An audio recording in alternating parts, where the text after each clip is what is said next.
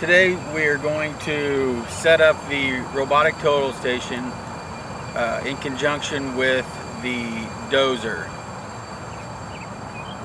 First thing you do is set your legs up and try to make it as level as possible, and then attach the robot to the legs. And there's a battery in the robot on this side, and then we also want to attach any extra batteries via this bracket and the cord to allow the more battery capacity. If we have to, we also got the marine batteries that we could hook up back here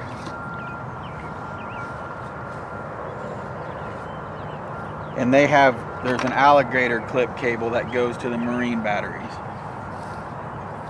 To turn the total station on, hit this button right here and the green light will come on. Then if you look at the screen, it'll go through some different deals. In this instance, we're going to make sure that we set up and level, which to level the total station, there is a bubble on this side of it, right under here, and you use these knobs to get that bubble inside a circle. Now it's waiting for connection. For today we're using the controller and this radio. Turn the controller on.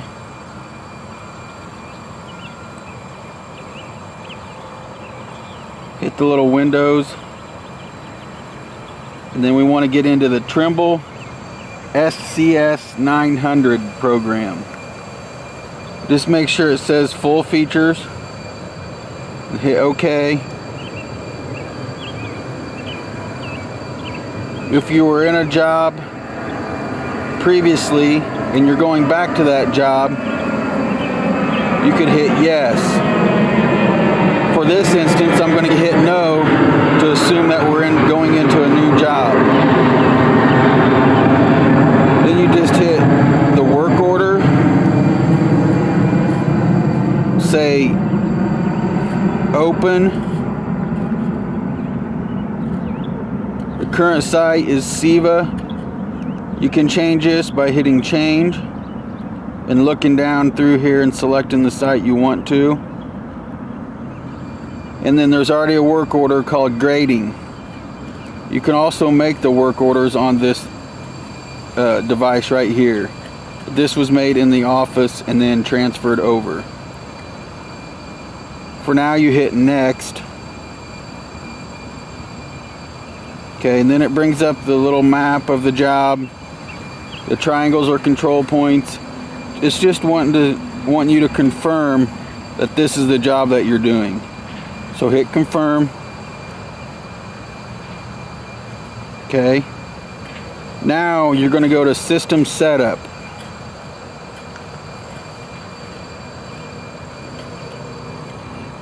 And this is already on the menu for setting up the robot. If you were using GPS before, it would look like this. Setup base, setup rover. If this screen comes up, all you have to do is switch to total station. And vice versa, if you were in this total station and wanted to switch to GPS, you would just hit switch to GPS. So now we want to connect to the instrument. We're going to connect via radio, which is what this is.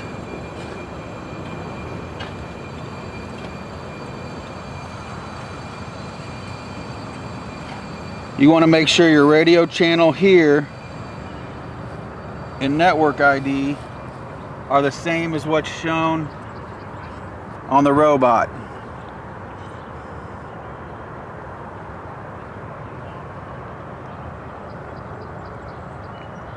So it says 12 and 178. This says 12 and 178. Hit OK.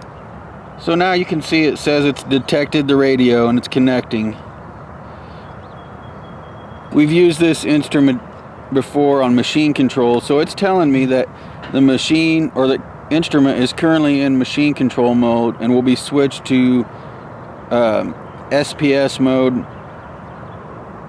which is basically using any layout or prism modes. So hit OK.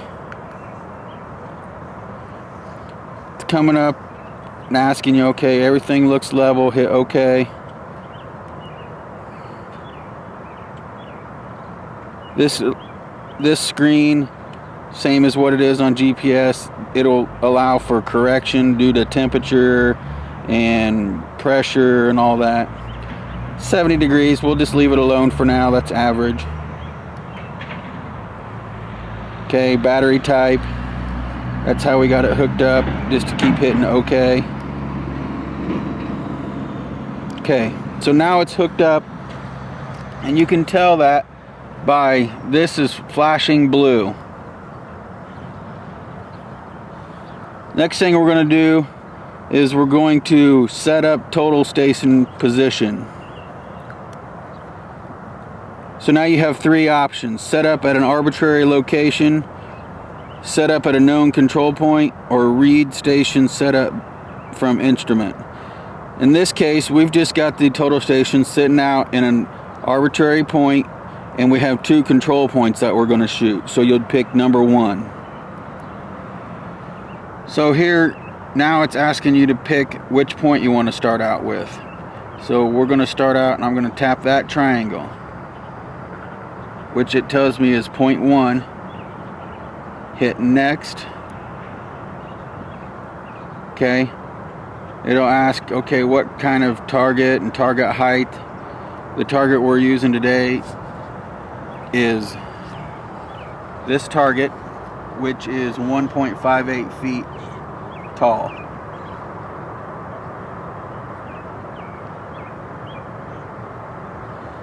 Now you've got to get the target to match up with the robot. You can tell that by this right here. When there's a line and a star, that means the prism and the robot are in contact with each other. Now we'll walk over to our point before we hit measure. Now we're at our first point, which has been previously set. In this situation, you're going to line this bracket up on the outline that was made for the layout. Once you do that, and then allow the total station to measure where the location is. Once it does that, you can select your second point. Tap on the screen, point 2, click next. Now it's ready for you to go to the second point and measure. When you go from point to point with this prism, you need to make sure that the total station and the prism are staying in contact with each other, or the total station will lose its location and will cause time, and it's harder to find. At some points you may have to take this back over to the total station to get it to line up. Now we're set up on point 2, and you hit measure again.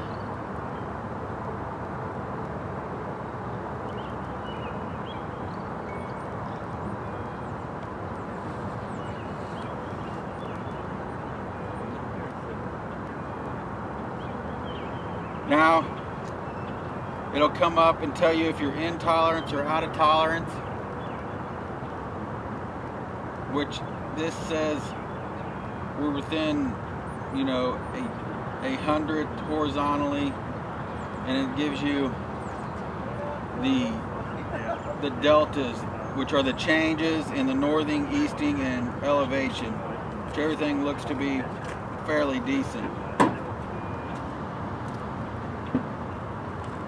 If it comes up and asks you if you want to save the instrument point as a control point for future use, generally we're just going to click no unless we actually set a point under there.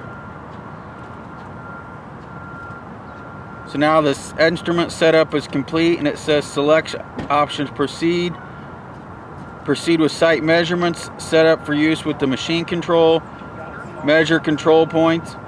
Today we're setting it up for use with machine control, so we're going to hit option number 2. Set up the instrument to go to machine control mode.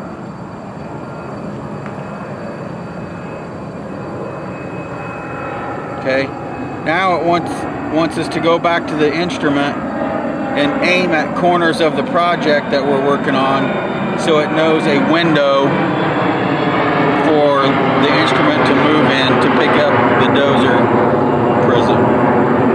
So we'll pause and then go back over to the instrument.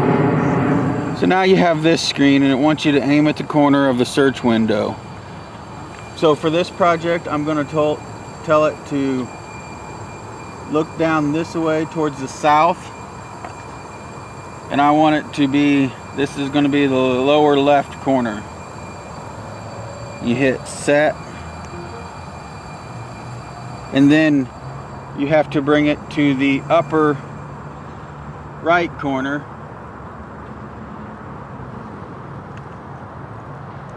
Hit set.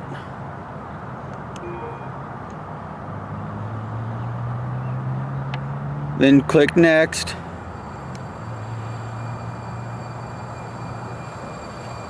And here we've got the D6K on the job, and we've got it set up for channel 31 on machine control mode. If you wanted another machine, you could get a machine to list, or you could add your own machine, however you need to do that. So I'm going to click the D6K and hit finished. Point the instrument where the work will start. Here we're going to point the total station kind of at the machine.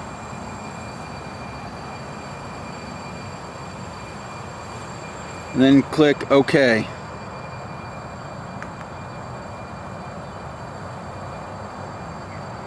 Then it says machine control setup is finished. Please disconnect from the instrument and press OK. So here I'm going to unhook this. So the radio we're using is disconnected. Once I've done that, hit OK. And now the machine is ready to get in contact with the dozer. So before we leave the office, we want to make sure that we have the electric mast, the machine target. We'll also want to make sure that on the data card we have the proper machine files. This particular machine is called FBH 749 UTS. That'll load up all the correct parameters as far as valve calibration and machine dimensions. Also, make sure that you have the machine radio, which has the 2.4 gigahertz radio in it. You want to make sure you have a dual band radio. If you look at the back of the radio, you can tell because it has a 900 megahertz and a 2.4 megahertz. Also make sure you have the adapter cable. This is the MT900. It will mount on the center mast. Clamps down with the quick latch. Yeah, we'll move the coil. Give the coil cable one quick wrap as you come down. Plugs into the 6-pin on the side here. Quick, which plugs into the left full nose connector.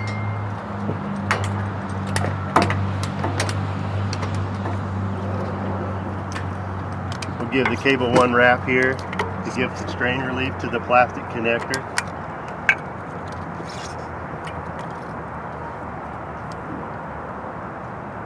The cables are keyed so they can only go in one way. We also need to hook up the slope sensor. When you install the slope sensor, make sure the connector is facing the rear of the machine. Again, the cables are keyed, they can only go in one way. And we can plug this cable into the center or the right.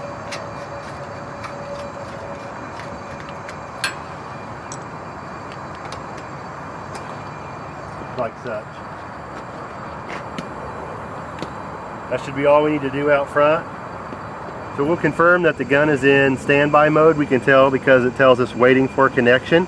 Also, we can confirm the radio channel we're looking for the machine is 31 network 1. And now we'll head to the machine and get it set up.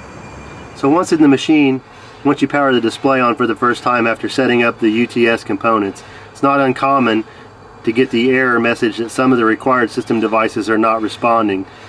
That's expected as it's looking for GPS receivers in its current configuration. To load up the proper machine file, with the file loaded on the data card, go ahead and escape out of this screen and go ahead and press our menu key. Then we scroll down to Restore Settings. Press OK. We need to reload the machine settings. And we are looking for FBH 749 UTS. It's now going to update. That will put all the machine specific criteria in the display.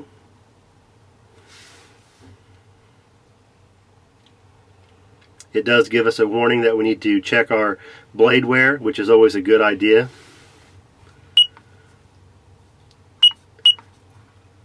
Now, the few things we need to make sure that we set up. Since this is a dual band radio that was probably last used for GPS, we need to go into Select Radio Band, which is right under Restore Settings. Press OK. It says your radio is currently set to 2400 megahertz, which is correct. If it had been set to 900 megahertz, we would change it by pressing this button up here. That toggles back and forth between the two. Again, select radio band.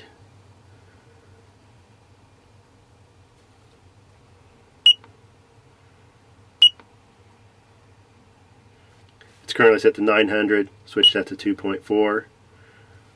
That should be good. Now we also need to go in and check the radio channels. To find that, that's under Installation, Machine Radio Configuration. Two different spots. One to select the band, one to set the radio channels. Remember, we were on 31.1, so it's checking the radio right now. 31.1 is correct. If we needed to change it, we could change the highlighted box by hitting the next button, and then we would just scroll up or down. 31.1 is good, so we'll press OK to save. Next, we can load up our design. To do that, we go back over to the config side of the menu, select design. It's going to access the card. This job is called SIVA.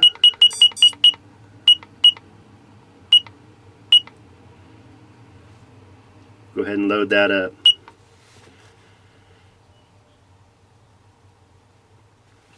The design is now loaded.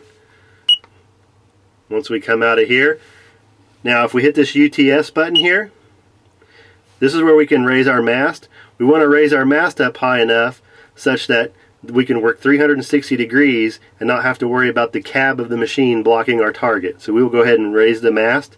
So I hit raise mast. If I look out front, you can physically see the machine target is rising up. Again, I'll raise it up about 2 feet roughly. Once you get it where you like it, you just hit the escape button and the mast will stop rising.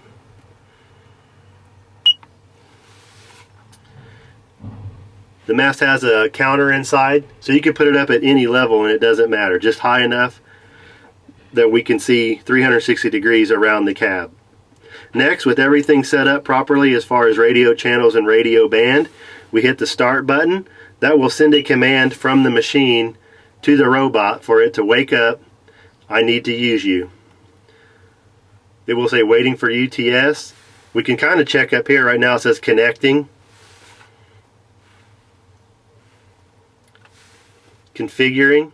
It also tells us the battery power is good at 99%. That is the battery power of the robot. Anytime during the day we can check that by just hitting the UTS button. The robot will now search for the target. Once it's on, it says tracking. We are now good. We can go ahead and escape out of this screen. And at any time during the day you want to see that information, you simply select the UTS button. We can check that we're still tracking and that our battery power is good. If we needed to send it into a search as if it got blocked by a truck or a tree or a building, we can always come in here and force the robot to search for us. It will do that on its own though. At this point we're ready to begin moving. And that is indicated by the low accuracy move. At that point we will begin to get our cut fill information just like we would in GPS, and you would run this machine just like you would GPS. There is no difference in the operation of the machine. It's just getting its corrections from a different source. I begin moving the machine. I now have all the normal information. There's my cut fill left, cut fill right. I can switch over to a cross-section view. And just like any other machine, you dial your vertical offset in desired. And you are good to go to work.